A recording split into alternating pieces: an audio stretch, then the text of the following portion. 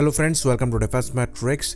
तो एक आर्ग्यूमेंट काफ़ी निकल कर सामने आता है कि जो हमारा कावेरी इंजन है ये स्टेबल थ्रस्ट जो है आफ्टर बर्नर में 70 से 75 किलो न्यूटन के अप्रॉक्स का प्रोड्यूस करने में सक्षम है।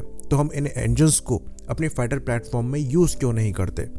क्योंकि जो स्नेकमा का M88 है जो कि रफाल का इंजन है, ये भी सिमिलर थ्रस्ट नंबर को प्रोड्यूस करता है और रफाल में ये इंजन इस्तेमाल किए जा रहे हैं। वहीं पर हम जानबूझ के कावेरी इंजन से ज़्यादा उम्मीद रख रहे हैं और उनको यूज़ नहीं कर रहे हैं। क्या हम जानबूझ के कावेरी इंजन्स को इग्नोर कर रहे हैं जबकि जो अभी थ्रस्ट प्रोड्यूस किया जा रहा है वो सफिशिएंट है और सिग्निफिकेंट है?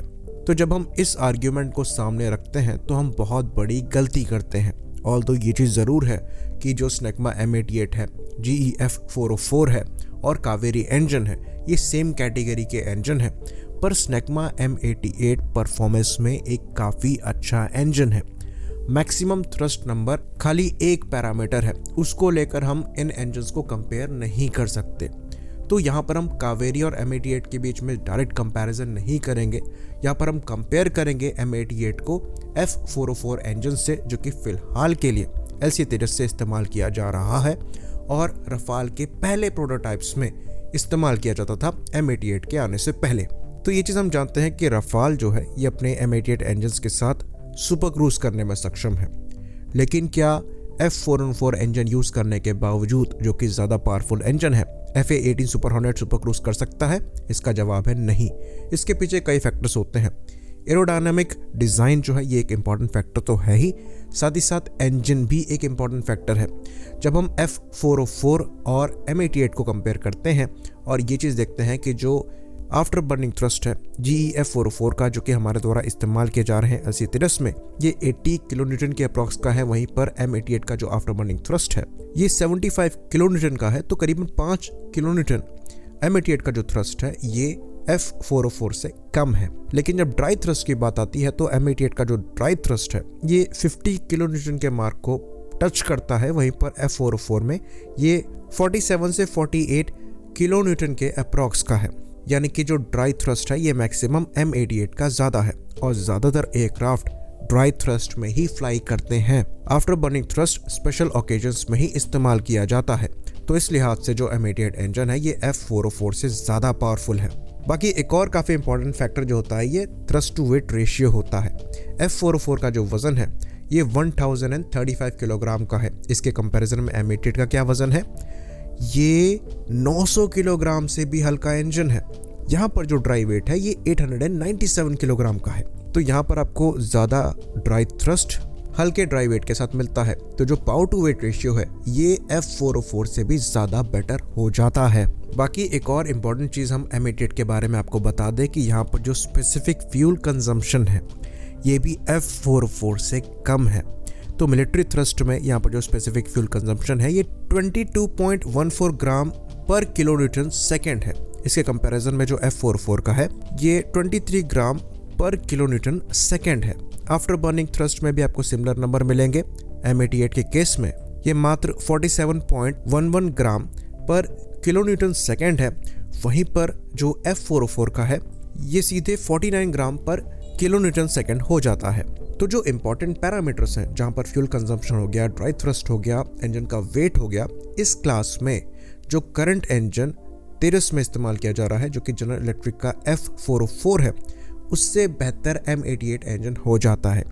ये बात हम आपको बता दें कि जो वेट थ्रस्ट होता है या फिर आफ्टर बर्निंग थ्रस्ट होता है ये डेफिनेटली एक इम्पॉर्टेंट फैक्टर है, लेकिन इससे ज़्यादा इम्पॉर्टेंट फैक्टर ड्राई थ्रस्ट है जिसमें एयरक्राफ्ट ज़्यादातर फ्लाई करता है और यहाँ पर M88 एक सुपीरियर इंजन है। बाकी एक और चीज़ हम आपको बता दें कि M88 का जो मैक्सिमम थ्रस्ट है इसको लिमिटेड रखा गया है। तो यहाँ पर जिस इंजन को हमने डिस्कस किया है ये M88 का -2 वर्जन है जो कि रफाल में लगकर आता है। एक प्रपोज्ड -3 भी है जहाँ पर जो मैक्सिमम थ्रस्ट नंबर है ये 80 से 93 किलो न्यूटन के अप्रॉक्स का होगा। वहीं पर -4 भी यहाँ पर एक डेरिवेटिव हो सकता है जहाँ पर थ्रस्ट नंबर 95 से 105 किलो न्यूटन के अप्रॉक्स किया जा सकता है। तो इस इंजन में इतना पोटेंशियल है। थ्रस्ट नंबर को कम रखकर यहाँ पर सर्विस लाइफ को बढ़ाने की कोशिश करी गई है। तो M88 इंजन अपनी कैटेगरी में एक बहुत बेहतरीन इंजन है और हम इसे कावेरी इंजन के मैक्सिमम थ्रस्ट नंबर से कंपेयर कर रहे हैं जिसकी परफॉर्मेंस एक्चुअली जनरल इलेक्ट्रिक के F404 इंजन से फिलहाल हमें नीचे मिल रही है। तो कावेरी के केस में जो इंजन का वेट है ये F404 से भी ज़्यादा है और जो थ्रस्ट नंबर है ये मैक्सिमम हम M88 का ले पा रहे हैं, वो भी आफ्टर बर्निंग में। बाकी स्पेसिफिक फ्यूल कंजम्पशन भी यहाँ पर थोड़ा ज़्यादा है। और ये चीज़ हम ज़रूर ऐड करेंगे कि आप विकिपीडिया के नंबर्स को यहाँ पर कंसिडर नहीं करिएगा, क्योंकि वो गोल रखा गया था, उस परफॉर्मेंस को अचीव करने की कोशिश कावेरी से करी जा रही थी।